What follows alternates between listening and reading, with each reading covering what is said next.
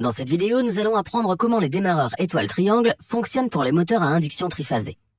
N'oubliez pas que l'électricité est dangereuse et peut être mortelle.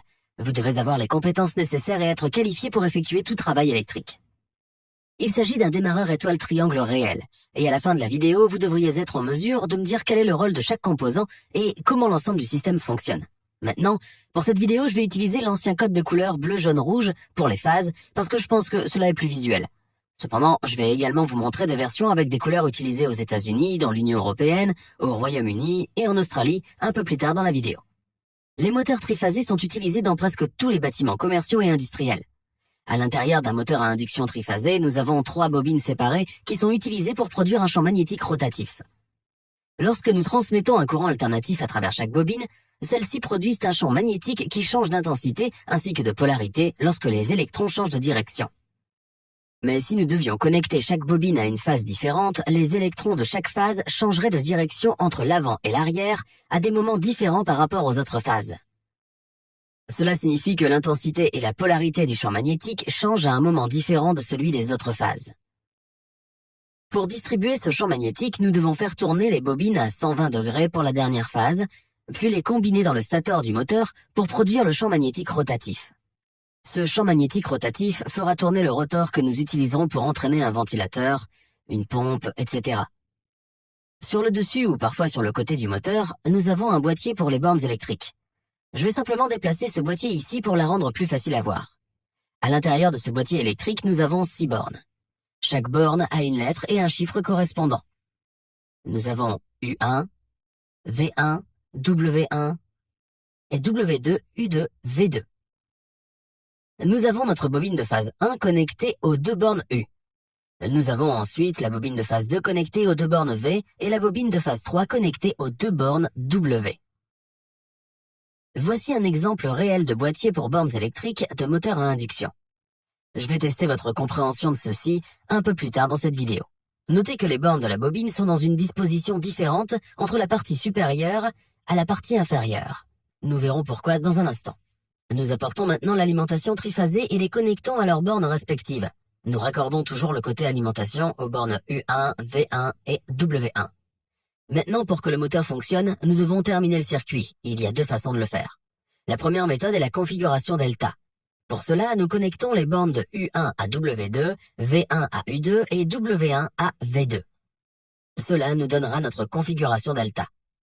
Lorsque nous transmettons un courant à travers les phases, nous voyons que l'électricité circule d'une phase à l'autre lorsque la direction de l'alimentation s'inverse à un moment différent dans chaque phase. C'est pourquoi nous avons les terminaux à des arrangements différents, parce que nous pouvons se connecter à travers et permettre à l'électricité de circuler entre les phases, tandis que les électrons inversent la direction à des moments différents. Au fait, si vous voulez en savoir plus sur le fonctionnement de l'électricité triphasée, nous l'avons détaillé dans nos vidéos précédentes. Allez les voir, les liens sont dans la description de la vidéo ci-dessous. L'autre façon de connecter les bornes est d'utiliser la configuration en étoile. Dans cette méthode, nous connectons entre W2, U2 et V2 sur un seul côté des bornes du moteur. Cela nous donnera notre conception en étoile. Maintenant, lorsque nous transmettons le courant AC à travers les bobines, nous voyons que les électrons sont partagés entre les phases aux bornes. Alors, en regardant de nouveau cette photo de l'exemple réel des bornes de moteur, pouvez-vous me dire quelle méthode est utilisée? 3, 2, 1, correct, il s'agit d'une configuration delta. Les 2 méthodes que nous venons de voir pour configurer le moteur en étoile ou en triangle sont des méthodes fixes. Pour les changer, nous devons physiquement couper l'alimentation, ouvrir les bornes du moteur et les réorganiser. Ce n'est pas vraiment pratique. Comment automatiser cela?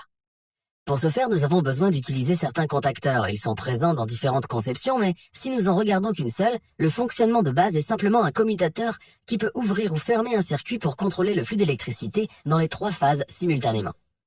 Nous prenons donc notre contacteur principal et nous connectons ensuite notre alimentation triphasée d'un côté, puis nous connectons l'autre côté aux bornes respectives dans la boîte à bornes électrique des moteurs à induction. Ensuite, nous prenons un deuxième contacteur qui sera utilisé pour notre circuit delta et nous alimentons également nos 3 phases. De là, nous connectons notre phase 1 à la borne V2, qui est la bobine de phase 2. Ensuite, nous connectons notre phase 2 à la borne W2, qui est la bobine de phase 3. Enfin, nous connectons notre fil de phase 3 à la borne U2, qui est la bobine de phase 1. Maintenant, nous prenons un autre contacteur qui sera utilisé pour notre circuit étoile et nous connectons notre alimentation triphasée à celui-ci. En haut, nous connectons simplement les 3 phases. Je vais simplement retirer le boîtier des contacteurs pour voir ce qui se passe à l'intérieur. Nous commençons par la configuration en étoile. Et pour ce faire, nous activons les bornes du contacteur principal et du contacteur en étoile afin qu'elles se ferment pour fermer le circuit. Maintenant, lorsque l'électricité circule à travers le circuit, l'électricité passe à travers chaque phase et bobine, puis à travers les bobines du moteur et dans le contacteur en étoile où le chemin des électrons est partagé. Cela leur permet d'aller et de sortir d'une autre phase lorsque la direction de chaque phase change. Cette méthode de connexion en étoile s'exécute pendant quelques secondes avant de passer au mode delta. Pour la connexion delta, nous déconnectons le contacteur en étoile, puis nous fermons la connexion delta. Tout cela se produit très rapidement. Maintenant, nous avons l'électricité qui circule et qui divise la direction. Elle passe à la fois dans le contacteur principal et dans le contacteur delta. L'électricité dans le chemin du contacteur principal passe dans les bobines du moteur et l'électricité qui a pris le chemin du contacteur delta passe vers le côté opposé des bornes du moteur. Chacun d'eux passe ensuite d'une phase à l'autre en inversant la direction. Pour contrôler le passage des contacteurs étoile à delta, il suffit d'utiliser une minuterie pour contrôler ce passage. Il modifie automatiquement la configuration après un délai défini. En outre, il existe des versions plus avancées qui surveillent l'intensité ou la vitesse du moteur. Si vous êtes aux États-Unis, vous pourriez trouver ces couleurs utilisées. Ceci est pour une alimentation triphasée 208 volts, mais les couleurs seront différentes si vous utilisez une 3 alimentation triphasée 480 volts. Au Royaume-Uni, en Europe et en Australie, vous trouverez ces couleurs utilisées pour les phases. Si vous êtes au Royaume-Uni, vous allez probablement encore trouver des versions avec les couleurs rouge, jaune et bleu utilisées. Il s'agit d'un ancien système couleur obsolète, mais d'anciennes installations existent encore. Si vous revenez à cette photo du monde réel avec ce démarreur étoile triangle, pouvez-vous me dire de quelle partie il s'agit? 3, 2, 1, exact. Il s'agit du contacteur principal, du contacteur delta, du contacteur étoile et du temporisateur. Notez sur le contacteur en étoile qu'ils ont simplement connecté 2 fils dans la même borne pour créer le point en étoile. Alors pourquoi utiliser des démarreurs étoile triangle? Nous utilisons l'étoile triangle pour réduire l'appel de courant lorsque le moteur démarre. Lorsque les gros moteurs à induction démarrent en triangle, leur courant de démarrage peut être supérieur de plus de 5 fois au courant de pleine charge qui se produit lorsque le moteur se stabilise et fonctionne normalement. Cette énorme augmentation de courant va causer beaucoup de problèmes. Le système électrique des bâtiments sera touché par cette demande soudaine et importante. L'infrastructure électrique augmentera rapidement en température, ce qui entraînera une défaillance des composants et même des incendies électriques. La forte demande soudaine entraîne également des chutes de tension dans l'ensemble du système électrique du bâtiment. Cela peut être vu visuellement car les lumières s'éteignent, ce qui peut causer de nombreux problèmes pour les équipements sensibles tels que les ordinateurs, les serveurs et les systèmes de sécurité. Pour réduire le courant de démarrage, il suffit de réduire la tension de démarrage. La configuration en étoile réduit la tension de la bobine à environ 58% par rapport à la configuration en triangle. Une tension plus faible entraîne un courant plus faible. Le courant dans la bobine en configuration étoile est d'environ 33%, celui de la configuration delta. Cela entraîne également une réduction du couple. Le couple de la configuration en étoile est également d'environ 33% par rapport au delta. Examinons donc un exemple simple et de base de ce qui se passe ici pour mieux le comprendre.